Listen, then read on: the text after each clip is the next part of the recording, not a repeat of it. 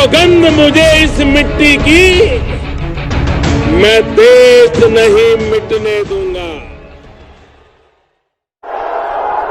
सभी साथियों को मेरा नमस्कार। आज आपके अपने केजरीवाल ने जेल से आपके लिए एक संदेश भेजा है। इस संदेश को पढ़ने से पहले मैं आप लोगों से कुछ पूछना चाहूंगी। हमारे प्रधानमंत्री मोदी जी ने मेरे पति को जेल में डाल दिया। क्या प्रधानमंत्री जी ने सही किया? क्या आप सब मानते हैं कि केजरीवाल जी एक सच्चे देशभक्त और ईमानदार इंसान हैं? क्या आप मानते हैं कि केजरीवाल जी एक सच्चे देशभक्त और ईमानदार इंसान हैं? ये बीजेपी वाले ये कह रहे हैं कि केजरीवाल जी जेल में हैं, इन्हें इस्तीफा देना चाहिए। क्या केजरीवाल जी को इस्तीफा देना चाहिए? क्या उन्हें इस्तीफा देना चाहिए? केजरीवाल जी को इन्होंने गिरफ्तार कर लिया। आपके केजरीवाल शेर है, शेर। ये ज्यादा दिन तक उनको जेल में नहीं रख पाएंगे। करोड़ों लोगों के दिल में बसते हैं केजरीवाल। जिस बहादुरी और साहस से वो देश के लिए लड़ रहे हैं, कई बार मुझे लगता है कि आजादी की लड़ाई में वो एक फ्रीडम फाइटर थे जो देश के लिए लड़ते लड़ते शहीद हो गए। इस जंग में भी केजरीवाल जी को शायद भारत मां के संघर्ष के लिए भेजा है। अब मैं आपको केजरीवाल जी का संदेश पढ़कर सुनाऊंगी। मेरे प्यारे भारतवासियों, जेल से आप सब अपने इस बेटे, अपने भाई का प्रणाम स्वीकार कीजिए। मैं आज आपसे वोट नहीं मांग रहा। आने वाले चुनाव में मैं आपसे किसी को हराने या जिताने की बात भी नहीं कर रहा। आज मैं देश के 140 करोड़ लोगों को एक बड़ा भारत बनाने के लिए सहयोग मांगता हूं। 140 करोड़ भारतवासियों को एक नया भारत बनाने के लिए आमंत्रित करता हूं। भारत एक महान देश है। हमारी संस्कृति कई हजार वर्ष पुरानी है। भगवान का दिया सब कुछ है भारत में, फिर भी हम पिछड़े क्यों हैं? हमारे लोग अनपढ़ क्यों हैं? गरीब क्यों हैं? मैं यहाँ जेल में हूं। यहाँ काफी समय सोचने के लिए मिलता है। रात को टूट टूट के नींद आती है। भारत मां के लिए सोचता हूं। भारत मां बहुत दुखी है। भारत मां दर्द में है, दर्द से कराह रही है। जब महंगाई की वजह से लोगों को दो वक्त की रोटी नसीब नहीं होती, तो भारत मां को बहुत दुख होता है। जब भारत मां के बच्चों को अच्छी शिक्षा नहीं मिलती, 75 साल बाद भी सही इलाज के बिना लोग मर जाते हैं, तो भारत मां बेबस और लाचार महसूस करती है। जब देश के कई हिस्सों में लंबे लंबे पावर कट होते हैं, सड़कें टूटी हैं, 75 साल बाद भी हालत खराब है, तो मां को बहुत पीड़ा होती है।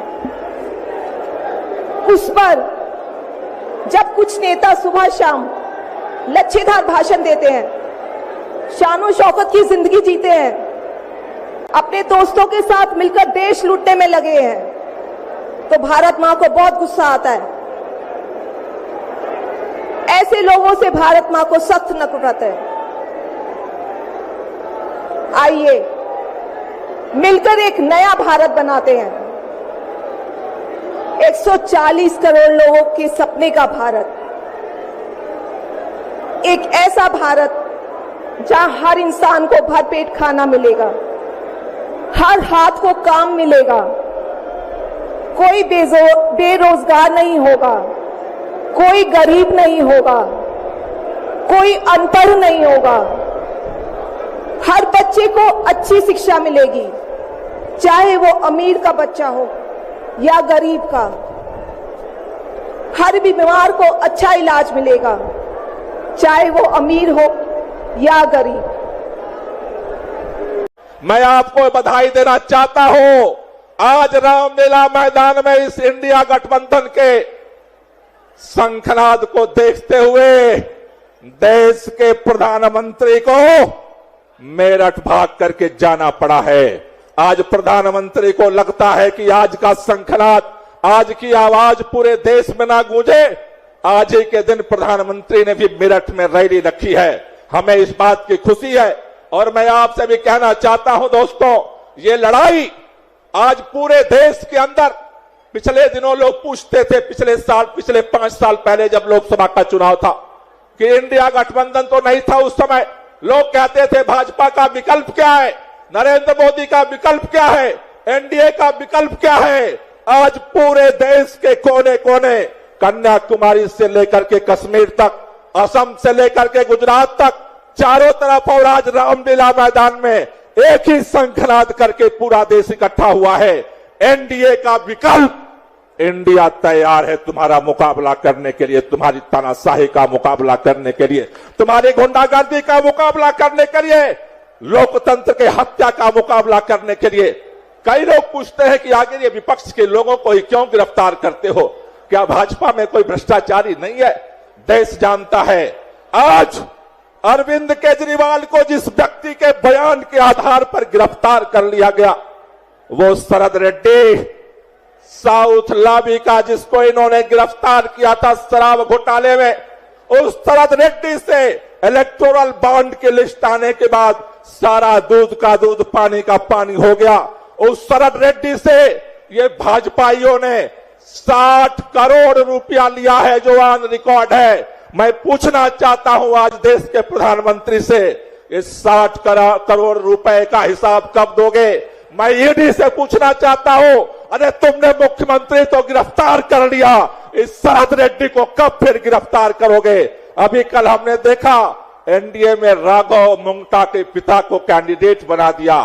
सारे बेईमानों को चुन चुन करके जिस पर आरोप लगाते थे उनको गिरफ्तार कर लिए और उसके बाद तुमने पैसा ले लेकर के जमानत दिलवा दी और आज पूछते हो कि कौन लोगों को जमानत नहीं मिल रही है। मैं आपसे कहना चाहता हूं दोस्तों, ये देश एक नया इतिहास रचने के लिए आपसे कुर्बानी मांग रहा है। ये देश एक मुहाने पर खड़ा है। 1942 में महात्मा गांधी ने एक नारा दिया था, करो या मरो। आज देश इसी मुहाने पर खड़ा है। अगर ये लोकसभा का चुनाव बीत गया, फिर इस देश की तस्वीर और इस देश की तस्वीर का आकलन करना आज मुश्किल है। इसलिए इस रामलीला मैदान में जितने देश के बेटे बेटियां आए हैं, जितने देशभक्त आए हैं, उनसे कहना चाहता हूं, ये करो या मरो का वक्त है। अगला 2 महीना अपने नौकरी से छुट्टी लो, अपने काम से छुट्टी लो। 2 महीने लोकतांत्रिक आंदोलन का समय है, 2 महीना क्रांति का समय है। ये देश में लोकतंत्र ऐसे नहीं मिला। याद करो शहीद आजम भगत सिंह, राजगुरु सुखदेव को, याद करो तात्या टोपे को, अजीमुल्ला खां को, याद करो बहादुर शाह जफर को, याद करो बेगम हजरत महत रानी लक्ष्मीबाई को, याद करो इस देश के स्वतंत्रता संग्राम सेनानियों को, याद करो महात्मा गांधी, अंबेडकर, फूले को, जिनकी कुर्बानी के दम पर यह देश आजाद हुआ है। आज अगर हम चुप रह गए, आने वाली पीढ़ियां जवाब मांगेगी। जब देश तानाशाही की नई गुलामी में जा रहा था, तुम क्या कर रहे थे? इसलिए दोस्तों आपसे कहना चाहता हूं, अरविंद केजरीवाल एक व्यक्ति नहीं, एक मुख्यमंत्री हैं। हेमंत सोरेन एक व्यक्ति नहीं, एक मुख्यमंत्री हैं। आज सारे लोकतंत्र की संस्थाओं को ध्वस्त करने का अभियान चल रहा है। इसलिए आपसे कहना चाहता हूं, अभी हमारे बीच में धीरे धीरे सभी प्रमुख नेता आ रहे हैं। आपसे एक ही बात कहना चाहता हूं, इस तानाशाही का लोग पूछ रहे हैं, इस तानाशाही का समाधान क्या है?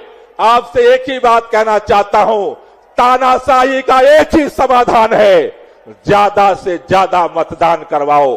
अपने अपने इस रैली के बाद घरों में जाना, पूरे देश में जाना, अपने अपने घरों में जाकर के एक रजिस्टर खरीद लेना, अपने दोस्तों की, अपने रिश्तेदारों की, अपने जानकारों की लिस्ट बनाना शुरू करो और सबको इस बात के लिए तैयार करो। इस बार ऐतिहासिक मतदान करवाएंगे, तानाशाही को हरवाएंगे और इस देश के अंदर स्वतंत्रता आंदोलन की जो विरासत है लोकतंत्र, उसको हम बचाएंगे। आप सब लोग इतनी बड़ी संख्या में पूरे दिल्ली से, पूरे देश से यहां पर आए, पुनः मैं अपने सभी वरिष्ठ नेताओं का स्वागत करता हूं और इस बात के लिए धन्यवाद करना चाहता हूं कि आज अरविंद केजरीवाल के इस मंच पर हमारे साथ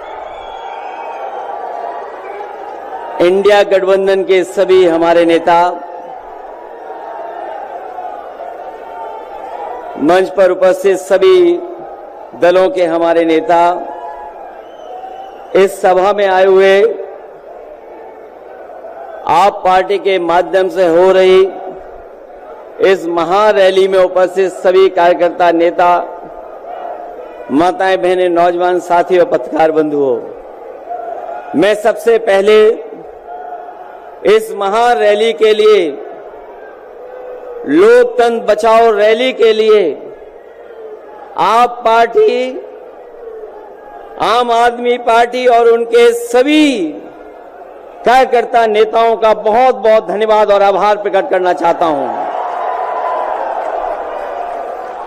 मैं साथ ही साथ आम आदमी पार्टी के पंजाब के मुख्यमंत्री जी का विशेष धन्यवाद दूंगा मैं, कि जिन्होंने अपने पार्टी की तरफ से मुझे बुलाने का और यहां आने का मौका दिया है। ये रामलीला मैदान ऐतिहासिक मैदान है और आज जब हम लोग इकट्ठे यहां हुए हैं, जब हम आज सब मिलकर के एक साथ खड़े हुए हैं, तो इस मैदान से ये ऐलान होने जा रहा है कि हुक्मरान जो दिल्ली में बैठे हैं वो अब ज्यादा दिन रुकने वाले नहीं हैं। आज हम लोग दिल्ली में आए हैं, सुना है लोग दिल्ली वाले आज दिल्ली से बाहर गए हैं।